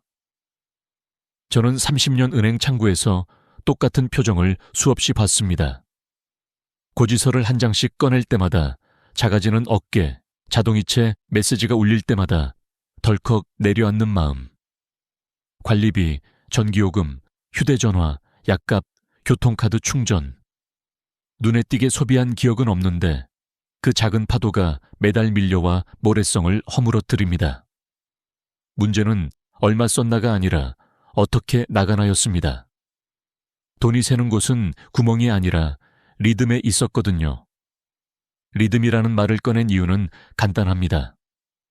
젊을 때는 25일이면 월급이 들어왔습니다. 들어오는 리듬이 있으니 나가는 리듬, 공과금, 카드 대금과 균형이 맞았습니다. 그런데 은퇴한 뒤에는 들어오는 리듬이 약해집니다. 국민연금이나 기초연금이 전부이거나 심지어 연금 수령일도 제각각이라 체감이 잘 안 됩니다. 반면 나가는 리듬은 훨씬 규칙적이고 빈번합니다. 자동이체일, 통신요금일, 관리비일, 약국 결제일. 결국 안 썼다가 아니라 리듬이 깨졌다가 잔고가 줄어드는 첫 번째 이유입니다. 둘째 이유는 고정비의 착시입니다. 사람은 큰 지출엔 경계심이 생기지만 작은 정기 지출엔 관대해집니다. 19,000원, 7,800원, 12,000원. 이런 구독형 비용이 3개만 모여도 한 달 4만 원대, 1년에 50만 원을 훌쩍 넘습니다. 약값도 비슷합니다. 만성질환 약이 3만 5천 원, 영양제가 2만 원, 혈압기 소모품이 1만 원. 합치면 한 달 6만 7만 원이고 1년에 80만 원 안팎입니다. 숫자를 더해보면 별거 아닌 돈이 아니라 알아서 빠져나가는 월급이 됩니다. 눈에 보이는 영수증이 저거 불편함을 덜 느낄 뿐 통장에는 확실히 상처를 남깁니다. 셋째 이유는 망이 일시 수령의 공백입니다. 3천만 원, 5천만 원 목돈을 정기예금에 맡기고 만기에 한 번에 받는 게 이득이라고 믿는 경우가 많습니다. 이자율 표기만 보면 그럴듯하죠. 하지만 그 1년, 2년 동안 생활비는 어디서 메우나요? 결국 다른 통장에서 조금씩 당겨 쓰고 부족하면 적금을 깨고 그러다 보면 원금은 그대로라는 안도감 대신 내 돈이 줄어든다는 불안만 자랍니다. 저는 이 공백을 무수입의 터널이라고 부릅니다. 터널을 지나는 동안 차는 연료를 태우고 통장은 잔액을 태웁니다. 목적지에서는 이자를 한 번에 받지만 터널 안에서의 허기를 못 버티면 중도해지라는 더 큰 손실로 돌아옵니다. 넷째 이유는 현금 흐름표의 부재입니다. 직장인을 위한 월급 명세서는 있지만 은퇴자를 위한 월 생활비 명세서는 없습니다. 그래서 불안은 얼마 남았는지에서가 아니라 다음 달도 버틸 수 있는지에서 시작됩니다. 실제 상담에서 저는 가장 먼저 세 가지 칸만 채웁니다. 들어오는 돈, 연금 이자, 나가는 돈, 고정비, 변동비, 비상비, 의료 경조. 이 표를 적는 순간 어르신들의 표정이 달라집니다. 불안의 정체가 숫자가 선택으로 바뀝니다. 한 달에 23만 원이 모자라네요. 그럼 15만 원은 이자로, 나머지 8만 원은 기초연금 절약으로 메울 수 있어요. 막연함을 칸 하나로 바꿔주는 것, 그게 통장 장호를 지키는 첫걸음입니다. 다섯째 이유는 세금과 수수료의 그림자입니다. 이자소득세 14%, 지방세 1.4%, 합쳐서 15.4%가 조용히 빠져나갑니다. 1년에 이자 120만 원을 받으면 세금만 18만 4천 원입니다. 여기에 은근한 수수료, 타행이체 수수료, 체크카드 연회비가 더해지면 연간 3만 5만 원이 더 사라집니다. 세금은 피할 수 없다는 말은 맞습니다. 하지만 줄일 수 있다는 말도 맞습니다. 특히 만 65세 이상이라면 이자를 받으면서 세금을 줄일 수 있는 칸이 분명히 있습니다. 다만 이 칸은 신청해야 열립니다. 자동으로 열리는 문이 아닙니다. 이 사실을 모르면 통장은 메달 같은 곳에서 조금씩 피를 잃습니다. 여섯째 이유는 안전신호의 부재입니다. 돈은 온도계가 없습니다. 대신 경보등이 필요합니다. 잔액 300만 원 이하로 떨어지면 경보 울림, 의료비 월 10만 원, 초과시 경보 울림 같은 스스로의 규칙이 없다면 우리는 늘 늦게 알아차립니다. 카드값이 이미 결제된 뒤, 약국에서 이미 긁은 뒤, 관리비가 이미 빠져나간 뒤, 경보는 사후 통보가 아니라 사전 멈춤이어야 합니다. 어르신들께는 복잡한 앱 대신 달력의 빨간 점 3개만 찍자고 권합니다. 연금 입금일, 고정비 이체일, 이자 받는 날. 이 3점이 보이는 순간 돈의 흐름은 머릿속이 아니라 달력 위에서 움직입니다. 그때부터 장호는 줄어드는 느낌이 아니라 흐르는 그림이 됩니다. 여기까지가 장호가 줄어드는 6가지 실체입니다. 쓰지 않아서 남는 게 아닙니다. 들어오는 리듬이 없어서, 작은 고정비가 눈에 안 보여서, 망이 터널에서 허기를 참지 못해서, 표가 없어서, 세금과 수수료가 그림자처럼 따라붙어서, 경보가 없어서, 천천히, 그러나 확실히 줄어듭니다. 저는 이 진실을 숨기지 않습니다. 대신 이야기의 방향을 틀 겁니다. 줄어드는 이유를 알았다면 이제 막는 구조를 세워야 합니다. 구조는 화려할 필요 없습니다. 월급의 리듬을 다시 심고 터널을 짧게 만들고 세금의 그림자를 줄이면 됩니다. 한 가지 일화를 들려드릴게요. 68세 최명학 어르신은 통장에 9천만 원이 있었습니다. 그런데 밤마다 불안해서 수면제를 찾았습니다. 돈이 있는데 왜 불안하실까요?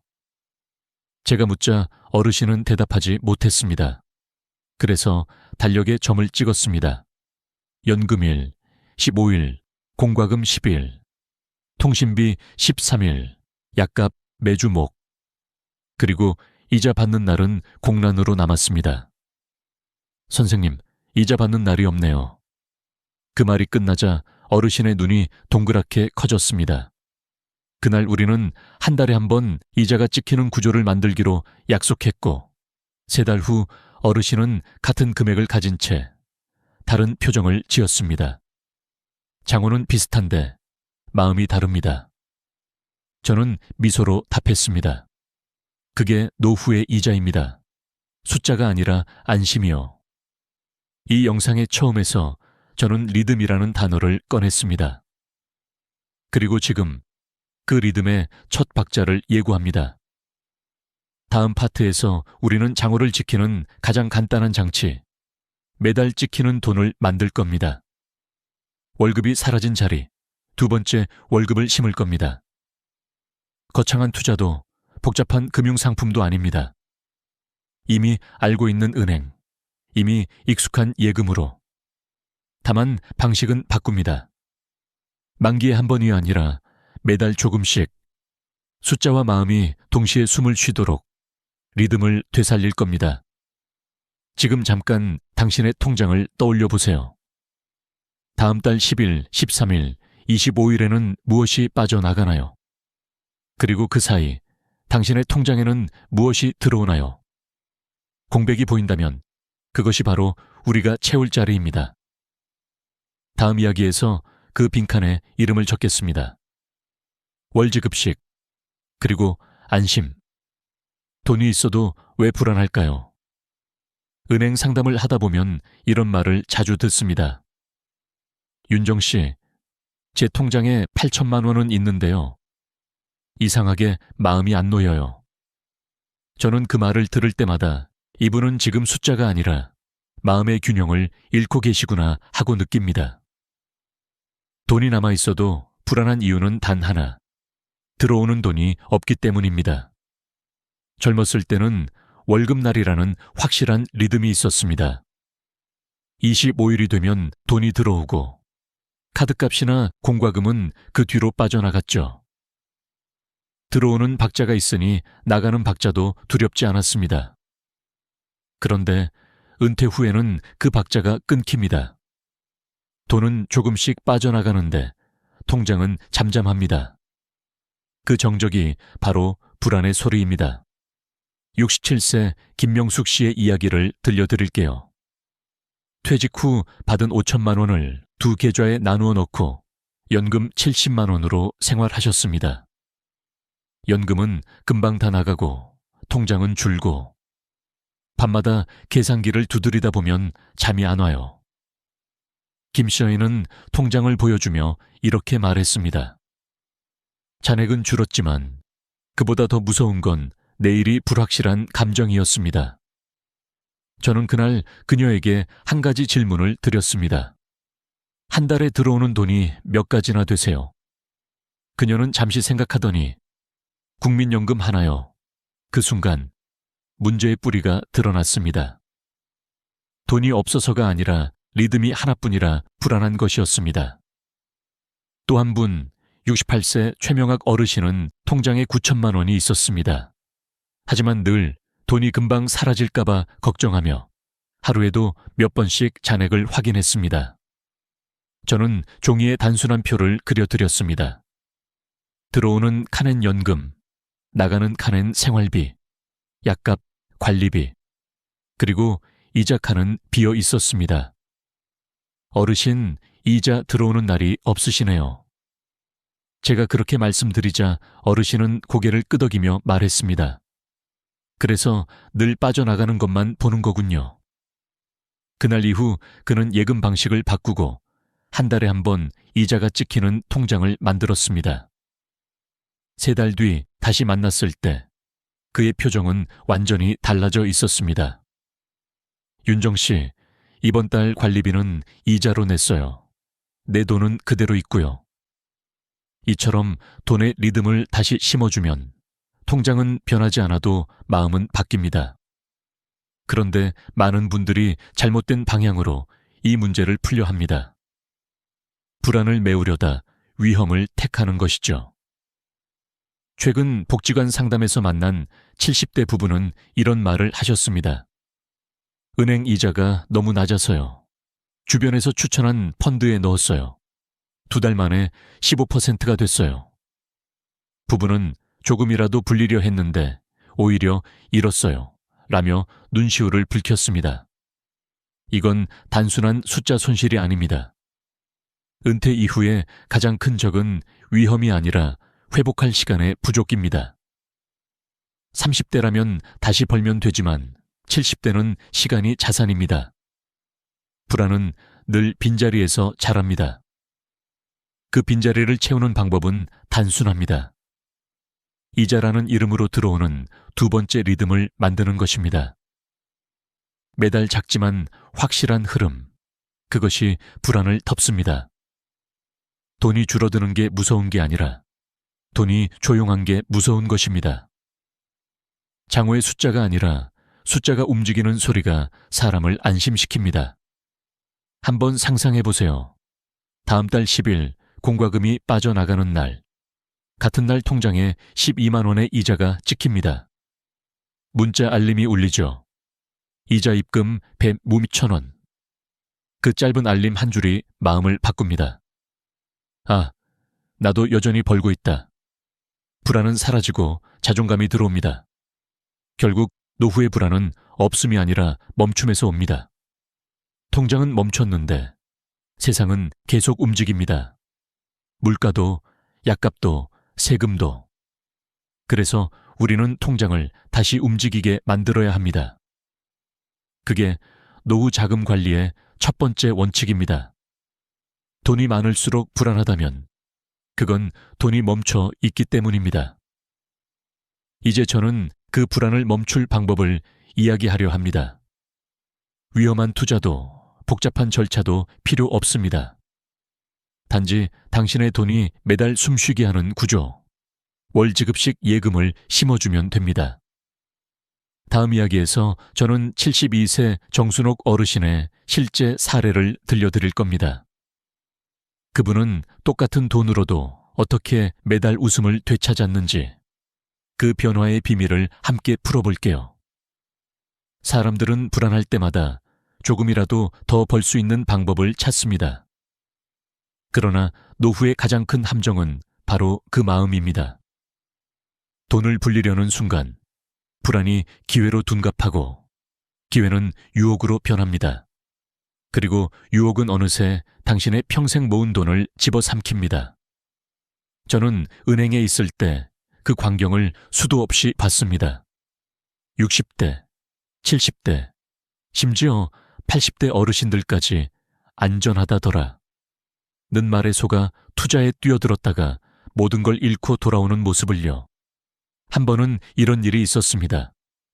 69세 정만수 어르신은 은퇴 후 모은 6천만 원을 지인의 소개로 정부 인증 고수익 상품에 넣었습니다. 이름만 들어도 든든하게 들렸죠. 한 달에 2% 이자, 원금 보장, 게다가 국가 지원 사업이라는 설명까지 붙었습니다. 하지만 2달 후 연락이 끊겼습니다. 그 돈이면 손자 대학 등록금도 낼 수 있었는데 정 어르신의 눈빛엔 깊은 후회와 분노가 뒤섞여 있었습니다. 문제는 사기꾼이 교묘했다는 게 아닙니다. 그보다 더 무서운 건 정 어르신이 은행보다 말 한마디를 더 믿었다는 겁니다. 사람의 마음은 이율보다 위로에 약합니다. 이건 어르신들 전용 상품이에요. 요즘 다들 이걸로 이자 2배 벌어요. 안정적인 수익 정부도 인정했어요. 이런 문장들은 달콤하지만 단 한 글자만 바뀌면 진실이 됩니다. 이건 어르신 전용 함정이에요. 실제로 금융감독원 통계에 따르면 65세 이상 피해자들의 금융사기 피해액이 최근 5년 새 3배 가까이 증가했습니다. 특히 고수익 보장형 사기, 안전상품 사기가 대부분을 차지했죠. 그 이유는 명확합니다. 불안을 파고들기 때문입니다. 돈을 잃을까봐 불안하고, 은행 이자가 낮아서 불안하고, 자식에게 손 벌리기 싫어서 불안합니다. 그 틈에 누군가는 다가와 속삭입니다. 이건 안전합니다. 그렇게 평생 쌓은 신뢰가 무너집니다. 저는 상담을 할 때 항상 이렇게 말합니다. 불안할수록 단순하게 가세요.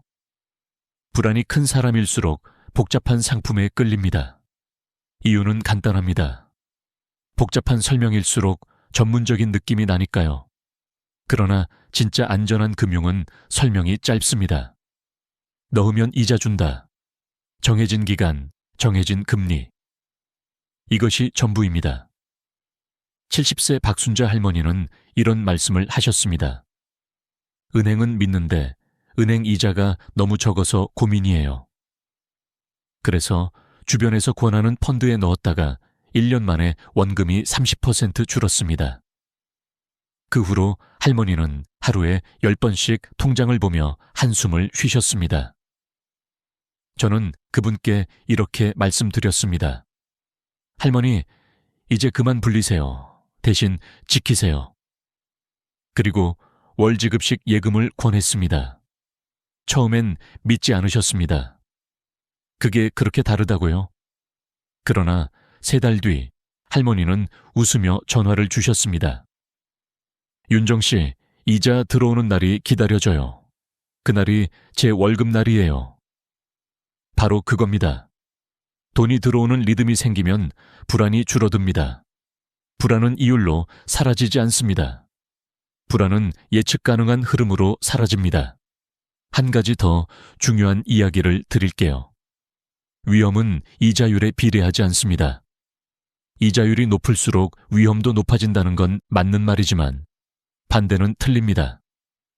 이자율이 낮다고 해서 안전하다는 보장은 없습니다.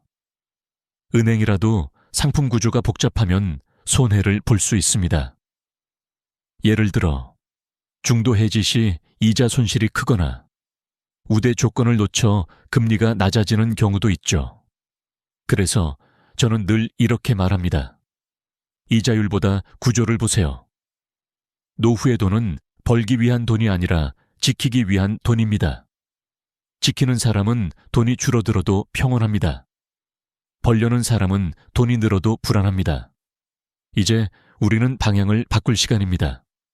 위험한 투자 대신 안전한 흐름을 만드는 구조. 그 구조의 이름이 바로 월지급식 예금입니다. 다음 이야기에서 72세 정순옥 씨가 똑같은 돈으로 어떻게 매달 이자를 받으며 웃음을 되찾았는지 그 구체적인 방법을 함께 살펴보겠습니다. 그녀가 이제는 이자가 내 월급이에요 라고 말했던 순간 그 목소리 속엔 평생 찾던 안심이 담겨 있었습니다.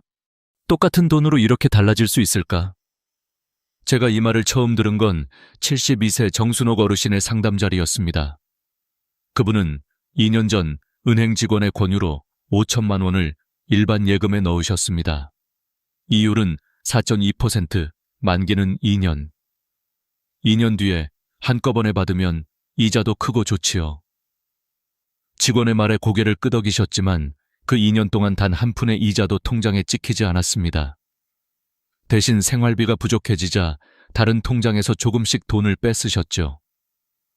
이게 맞는 건가 싶어요. 그녀는 조용히 말했습니다. 저는 그 자리에서 계산기를 꺼냈습니다. 어르신, 만약 이 돈을 월지급식으로 하셨다면요? 한 달에 약 17만 원씩 들어왔을 겁니다. 그녀는 놀란 눈으로 제 손을 봤습니다. 그럼 2년 동안 400만 원이 넘는 돈을 받으셨을 거예요. 그 돈이면 약값, 관리비, 손주 용돈까지 해결되셨을 거예요.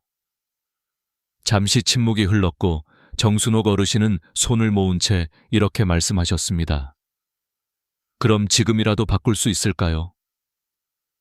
그날 우리는 바로 은행에 함께 가서 기존 예금을 해지하고 새로 월지급식 예금으로 재가입했습니다. 금리는 같았습니다. 그러나 방식은 완전히 달랐습니다. 원금은 그대로 두고 이자를 매달 받는 구조. 한 달 후 어르신은 환한 목소리로 전화를 주셨습니다. 윤정 씨, 이번 달 관리비는 이자로 냈어요. 그게 이렇게 마음이 편할 줄 몰랐어요. 그 한마디가 모든 걸 말해줍니다. 같은 금리, 같은 은행, 같은 돈. 달라진 건 단지 리듬뿐이었습니다. 월지급식 예금은 단순히 이자를 나눠받는 상품이 아닙니다. 그건 심리적 급여 시스템입니다. 한 달에 한 번 내 통장으로 들어오는 돈. 그건 숫자가 아니라 살아있는 안도감입니다. 매달 이자가 찍힐 때마다 사람은 다시 살고 있다는 감각을 되찾습니다. 노후의 외로움과 불안은 대부분 더 이상 들어오는 게 없다는 정적에서 생깁니다. 그 정적을 깨는 가장 안전한 방법이 바로 이 리듬입니다. 물론 모든 예금이 월지급식이 가능한 건 아닙니다. 은행에 따라 월이자 지급형이라는 이름으로 운영됩니다. 가입할 때 반드시 이렇게 물어보세요. 이 예금은 매달 이자를 받을 수 있나요? 대부분의 시니어분들이 실수하는 부분이 바로 이겁니다. 그냥 예금이라는 단어만 듣고 동일한 상품이라고 착각하시죠. 하지만 실제로는 만기 일시 지급형과 월지급식은 완전히 다릅니다. 이건 단순히 언제 받느냐의 차이가 아니라 심리적 안정을 매달 공급받느냐 아니냐의 차이입니다. 72세 박인자 어르신의 사례를 볼까요? 그녀는 퇴직금 4천만 원을 그냥 보통 예금에 넣어두고 있었습니다. 국민연금 65만 원으로는 생활비가 모자라 매달 25만 원씩 부족했죠. 이러다 통장이 텅 비면 어쩌죠? 그 불안함 때문에 밤마다 장부를 썼지만 잔액은 줄어들기만 했습니다. 그래서 저는 4천만 원을 월지급식 예금으로 바꾸자고 제안했습니다. 금리는 연 4.2%, 계산해보니 한 달 세전 이자는 약 14만 원이었습니다. 게다가 어르신이 65세 이상이셨기에 비과세 종합저축으로 전환할 수 있었죠. 즉, 세금 없이 14만 원이 고스란히 통장에 찍히는 구조입니다. 그 후 어르신은 매달 자신의 월급날을 기다렸습니다. 이번 달 약값은 이자로 냈어요. 아들한테 손 벌릴 일 없으니까 좋네요. 그 한마디에 담긴 자존감은 돈으로 환산할 수 없는 가치였습니다. 이처럼 월지급식 예금은 단순한 재테크가 아닙니다. 그건 노후의 자존감을 지키는 장치입니다.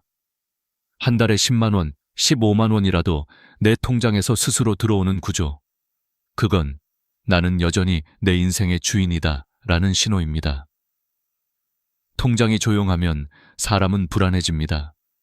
하지만 매달 찍히는 이자 한 줄이 있으면 마음은 달라집니다. 그건 단지 숫자가 아니라 삶의 박자입니다. 다음 이야기에서는 이 흐름에 세금 없는 혜택을 더할 겁니다. 이제부터 말씀드릴 비과세 종합저축제도는 많은 분들이 놓치고 있는 노후의 황금 열쇠입니다. 세금 한 푼 내지 않고 이자를 100% 받는 방법, 그 단순하지만 강력한 제도를 함께 파헤쳐 보겠습니다. 그 이야기를 알면 당신의 통장에 남는 건 단지 돈이 아니라 시간입니다. 이제부터 드릴 이야기는 많은 분들이 진작 알았으면 좋았을 걸 하며 가장 아쉬워하셨던 부분입니다. 바로 비과세 종합저축제도입니다. 아마 이런 생각해 보신 적 있을 겁니다. 은행 이자 받으면 세금 떼이잖아요. 어쩔 수 없지 뭐. 그런데요, 그게 어쩔 수 없는 일이 아닙니다. 적어도 65세 이상이라면요. 우리는 보통 이자를 받을 때 14%의 세금을 냅니다. 100만 원을 받으면 14만 원이 빠져나가는 거죠. 작게 느껴질 수도 있지만 그게 매달 누적되면 1년에 25만 원, 10년이면 250만 원입니다. 한 달 약값으로 계산하면 무려 1년치 약값이 사라지는 셈입니다. 그런데 놀라운 사실은 이걸 단 한 번의 신청으로 영원으로 만들 수 있다는 겁니다. 이 제도는 국가에서 공식적으로 시행 중인 제도입니다. 이름은 비과세 종합저축. 말 그대로 예금이든 적금이든 이제 세금을 부과하지 않는 제도예요. 대상은 65세 이상 시니어, 그리고 장애인, 국가유공자, 기초생활수급자 등입니다. 하지만 조건이 있습니다. 1억 원 한도.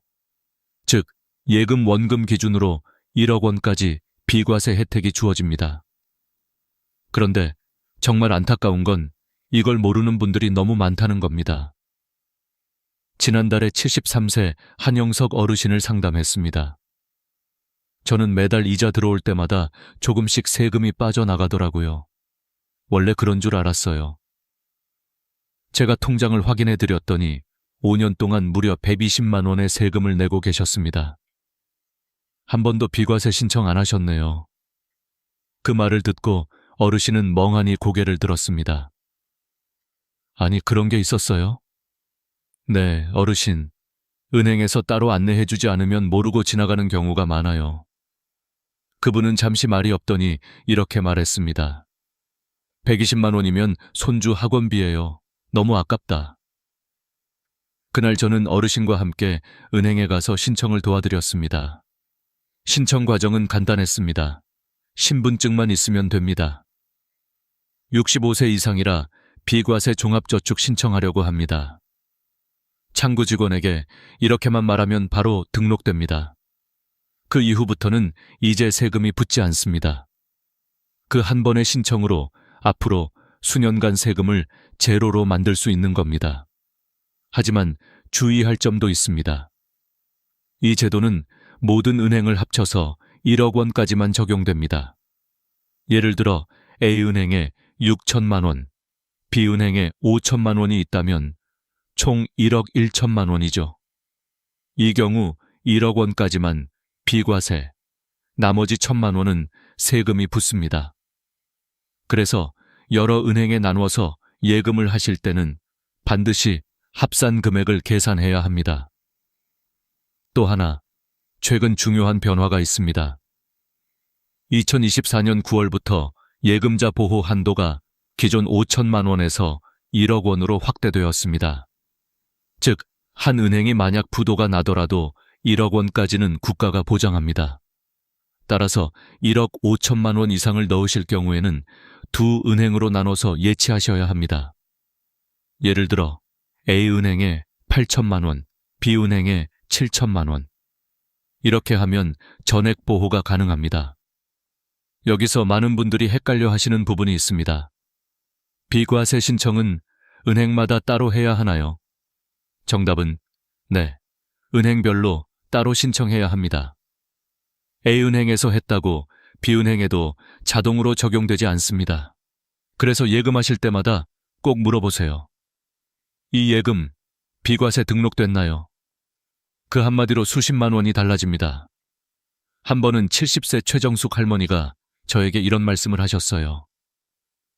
윤정 씨, 저는 세금 조금 내도 괜찮아요. 귀찮아서 그냥 두려고요. 그 말에 제가 웃으며 이렇게 말씀드렸습니다. 할머니, 이건 귀찮은 게 아니라 자신에게 월급을 주는 방법이에요. 한 번만 신청하면 그 이후 평생 혜택을 보실 수 있는데 안 하실 이유가 없죠.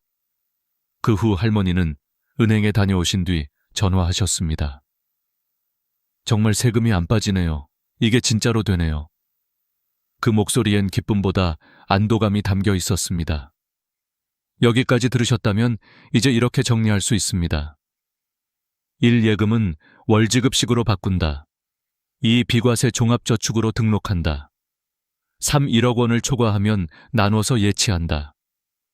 이 세 가지를 실행하면 당신의 통장은 매달 이자 월급을 받게 됩니다. 그리고 그 월급엔 세금이 없습니다. 그건 단지 돈의 차이가 아니라 마음의 평화의 차이입니다. 다음 이야기에서는 실제로 이 제도를 활용해 노후 생활을 완전히 바꾼 부부의 사례를 들려드릴 겁니다.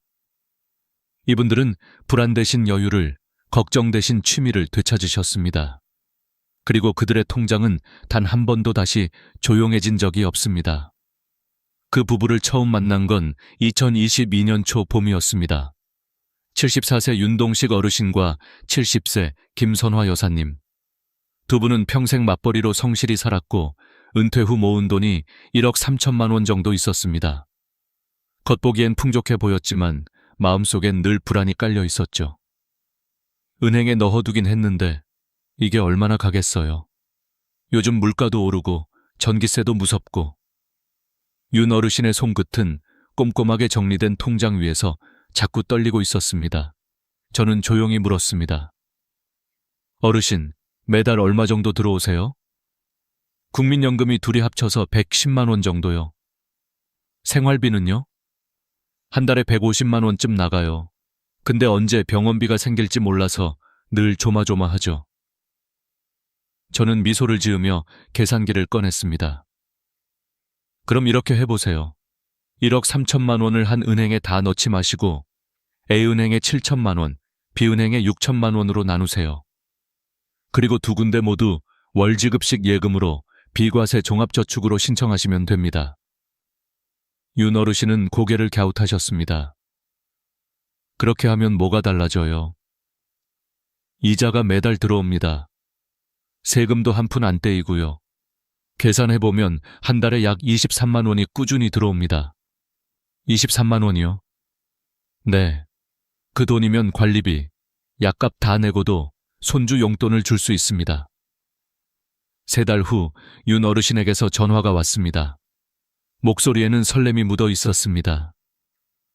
윤정 씨, 오늘 또 이자가 찍혔어요. 우리 부부가 요즘은 문화센터 다녀요. 제가 서예 배우고 아내는 요가 배워요. 그 돈으로요. 이런 여유가 생길 줄 몰랐어요. 그 말에 저는 잠시 말을 잃었습니다. 그것이 바로 돈이 주는 자유의 진짜 의미였습니다. 더 많은 돈이 아니라 매달 들어오는 확실한 흐름. 그 리듬이 삶의 박자를 되돌려줍니다. 사람은 통장이 조용할 때 가장 불안합니다. 숫자가 줄어드는 걸 보는 순간 마음도 줄어듭니다. 하지만 통장에 매달 이자가 찍히는 순간 사람은 다시 살아납니다. 그건 단순한 숫자가 아니라 나는 아직 움직이고 있다는 증거입니다. 윤동식 어르신 부부는 그 이후로 손주 돌보며 여행도 다니고 노후를 살아내는 대신 즐기는 시간으로 바꾸셨습니다. 하지만 여기서 꼭 짚고 넘어가야 할 게 있습니다. 월지급식 예금도 맞는 건 아닙니다. 첫째, 중도 해지 금지. 만기 전에 찾으면 약속한 금리의 절반도 못 받습니다. 그래서 반드시 당장 쓰지 않을 돈만 넣으세요. 둘째, 고금리 유혹 조심. 연 10% 이자, 정부 보증 상품 같은 문장은 거의 100% 사기입니다. 요즘 금융감독원 자료를 보면 노년층 금융사기 피해자 중 72%가 고이율 미끼 상품에 속았다고 합니다. 정식 금융기관인지 꼭 확인하세요. 셋째, 이해 안 되면 무조건 물어보기. 한 번 더 설명해 주세요. 이 말은 결코 부끄러운 말이 아닙니다. 내 돈이 걸린 문제니까요. 이 3가지만 지켜도 당신의 노후는 훨씬 안전해질 겁니다. 이건 이율의 싸움이 아닙니다. 마음의 평화를 되찾는 싸움입니다. 70대 후반의 한 상담자분이 이런 말을 하신 적 있습니다.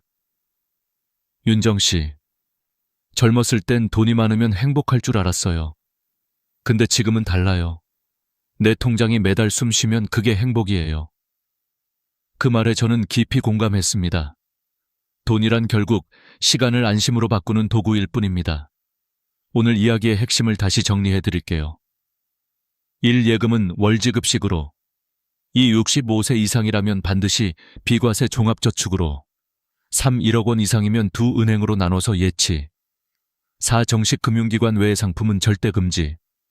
5. 예금할 땐 이율보다 구조를 확인. 이 5가지만 지켜도 노후는 불안 대신 안심으로 채워집니다. 이 영상을 보고 계신 분들 중 나도 지금 당장 해보고 싶다는 생각이 드셨다면 오늘 저녁 그냥 지나치지 마세요.